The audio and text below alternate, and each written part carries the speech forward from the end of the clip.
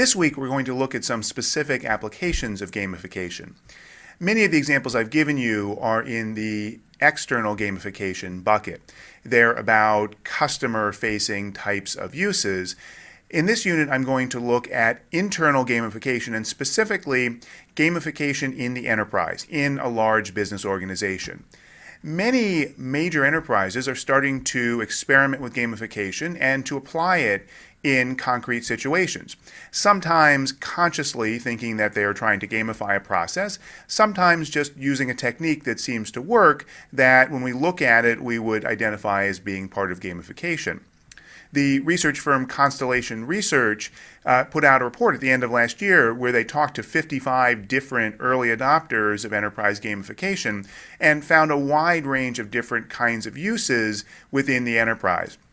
I'd like to highlight a few examples for you, major areas where I see potential take-up by enterprises, and give you an example for each of them. The first is intranets or extranets, online collaboration systems that companies operate for their employees or their extended networks. And gamification here works just like it does in the external setting with a discussion forum like Stack Overflow. The game elements can be used to encourage people to contribute, to encourage people to comment and respond, to enhance the quality of the participation that people engage in, and to develop leaderboards to identify people who have the most expertise or the most involvement in certain topics. So here you see a set of leaderboards for the SAP Community Network, which is the extranet for the enterprise software company SAP, and their network of developers that interact with SAP software at other companies, and they very actively use gamification techniques to enhance the quality of the discussion in that forum. So that's an enterprise case because it's being used internally by an enterprise, but the same basic dynamics that we saw with Stack Overflow and really any other discussion forum kind of application. The next one, though, is different. This is about productivity. And when I say productivity enhancement, I mean helping or encouraging employees to do their core job better.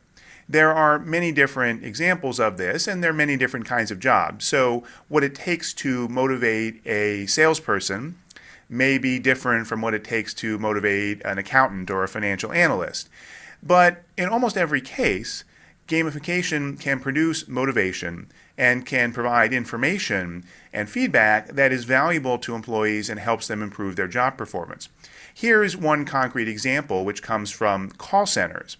So call centers have large numbers of agents, and they have to encourage those agents to, first of all, deal with calls quickly, because the longer they're on the phone, the more cost there is for the customer. And at the same time, they want to encourage the agents to deal with customers well, because the ultimate customers, the customers of the people using the call center business, will tend to be upset if the agent is clueless or surly or anything like that. So the call center operators are starting to look to gamification as a technique to help them manage these customer service agents better. This is an example from a startup called Arcaris, which is specifically focused on this call center enterprise market. And you see here on the right a screen that would come up for an agent, and it's got a leaderboard. She's number one. It's got a set of levels that she can achieve by virtue of her various activities on dealing with calls. It's got some customer satisfaction numbers that show some data on how she's doing, and it's got achievements. So all the standard gamification elements, but here focused in specifically on encouraging better performance for a customer service agent and highlighting the key elements and designed in an aesthetic way that works for that application. This here that you see on the left is a screen that the company might get looking at key performance indicators, that's what KPI stands for, and integrating in those business metrics with the data coming out of the gamification engine, allowing them to monitor their employee performance and use the gamification system to improve the level of productivity. Now, let me put a placeholder here, which I'm going to expand on later, that there's a danger in this kind of application. that the gamified system could actually, rather than helping the call center agents, be a tool for oppressing them and constantly monitoring their work in a way that's not helpful to them. So let's keep that in mind as a risk, but it certainly can be done in a positive way, which I think this is an example of. Next category I'll call efficiency enhancement. The difference between productivity and efficiency here is productivity is in someone's core job responsibility. Efficiency is about just making them work better by doing everything they do at work efficiently. And specifically, the example I want to talk about is email. So lots and lots of workers spend time in their email. And it's not their job primarily to answer email, but they have to do it as part of their job. And people waste tons and tons of time, countless hours, answering email, getting email that's irrelevant, cleaning out their mailbox, and so forth. And so gamification is being used to improve the efficiency of that process. The example that I show you here is something called the email game from a company called Baden. And you see here that they've got a timer, so you see how much time you're spending in your email. You see this progress bar of how much you've got left, and you see a point system. And the way the email game works is that you get points for quickly disposing of your email, for deleting it or responding to it in a way that you can take it out of your inbox. It incentivizes and encourages you to deal with email efficiently. And that little nudge tends to give people enough reason to deal with their email in a more efficient way, saving lots and lots of time that gets freed up for other things. Another interesting approach to email is being taken by a company called Seriosity that has a system called Attent. And their idea was to create a virtual currency around email. So they created a set of tokens that you attach to email, and it costs you this virtual currency to send and receive email. And the idea is by creating this kind of virtual economy, people will start to think about whether it's worth sending an email. Well, if it actually costs something, if I've only got so many resources and I have to use some of them to send this email, do I really want to send all to the whole company about this particular irrelevant thing or not? And so the idea here is that by creating a structure that provides feedback and the ability to manipulate the activity around email in a game-like way, people will start to see their effects on the overall system, that kind of systems thinking that games can encourage, and therefore be more responsible about the email that they send and receive. So a different approach tackling a similar problem, and there are other problems in the efficiency domain as well, situations where gamification can be used to encourage people to waste less time and therefore have more time for their core jobs. The next one I don't have a screenshot for, but this is an example from Deloitte where they have an application called Who, What, Where that is used to encourage their consultants to find out more about each other. That's in the broad domain of knowledge management. Companies don't necessarily collaborate internally that well.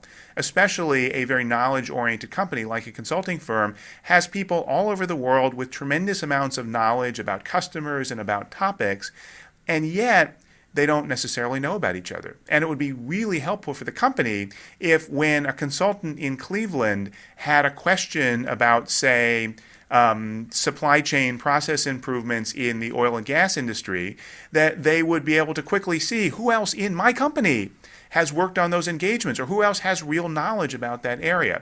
So gamification can be a way of encouraging people to provide that information into the system and facilitating a process that encourages that kind of sharing. The Who, What, Where system at Deloitte does that by creating game mechanics around the consultants sharing information about what they're doing on their existing enterprise collaboration system. And other companies are starting to use similar kinds of applications to encourage that kind of lightweight knowledge sharing. There are a variety of applications in human resources. Let me touch on a few of them really quickly. Companies are using gamification for hiring. Just playing games sometimes tells you something about people, and gamified systems can be used to identify the best candidates and to review candidates in the hiring process. Onboarding. Gamification is a way to get people up and running at a company early on. We talked about onboarding as an important technique in game design. So if you think about your HR process as a kind of game, gamification and game techniques can be used to onboard employees quickly. Beyond onboarding is acculturation, getting people engaged in the culture of the enterprise. And games, by creating a fun kind of collaborative environment, can help people get a sense of their coworkers and the notion of working together as a team, and can be a way to reinforce the culture of the organization. Now, if the culture of the organization is very formal and serious, then a game-like system may not be the best way to do it. But if not, or in a wide variety of other contexts, a game-like system may be a great way to ease people into a sense of how we do things here and what the nature is of our culture. Corporate training, easy way to see that that applies to gamification, using game mechanics to encourage people and reward people for the learning that they do within the organization in various kinds of training programs.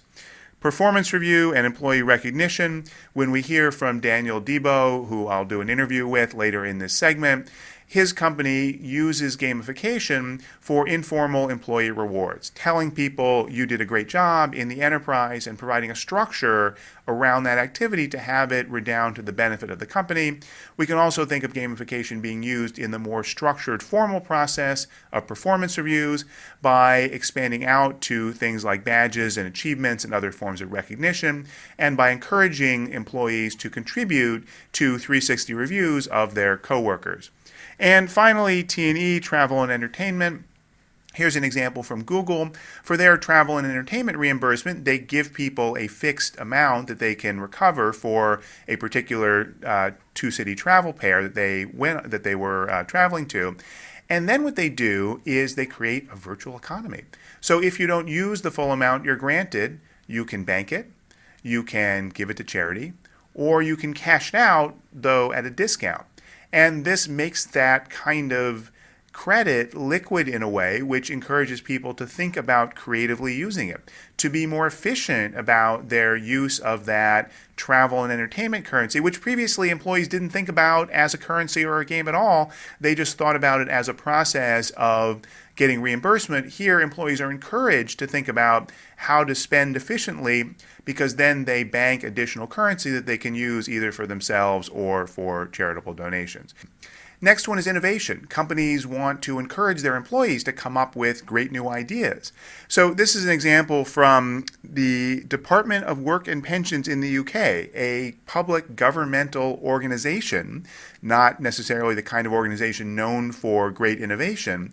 What they've done is they built something called Idea Street, which is an idea marketplace. So to encourage people within their organization to come up with great ideas to improve their service, they created a virtual stock market. So employees come up with ideas, and you can see some ideas here, and other employees can essentially buy and sell shares in those ideas. There's a price, daily change, volume, total market cap, and here's the link where you can buy and sell it. And they've created a stock market-like marketplace around these ideas. So great ideas start to float to the top. People can join in on teams that have ideas that they think are cool and that are effective, and that encourages more activity on those ideas. And what they found is they've generated a large number of ideas that have actually been put into place in the organization, saving millions of dollars or millions of pounds there in the UK, and actually delivering better service to their constituencies, using these game mechanics to make the process of coming up with innovative ideas more game-like, as opposed to just the suggestion box that you drop an idea in.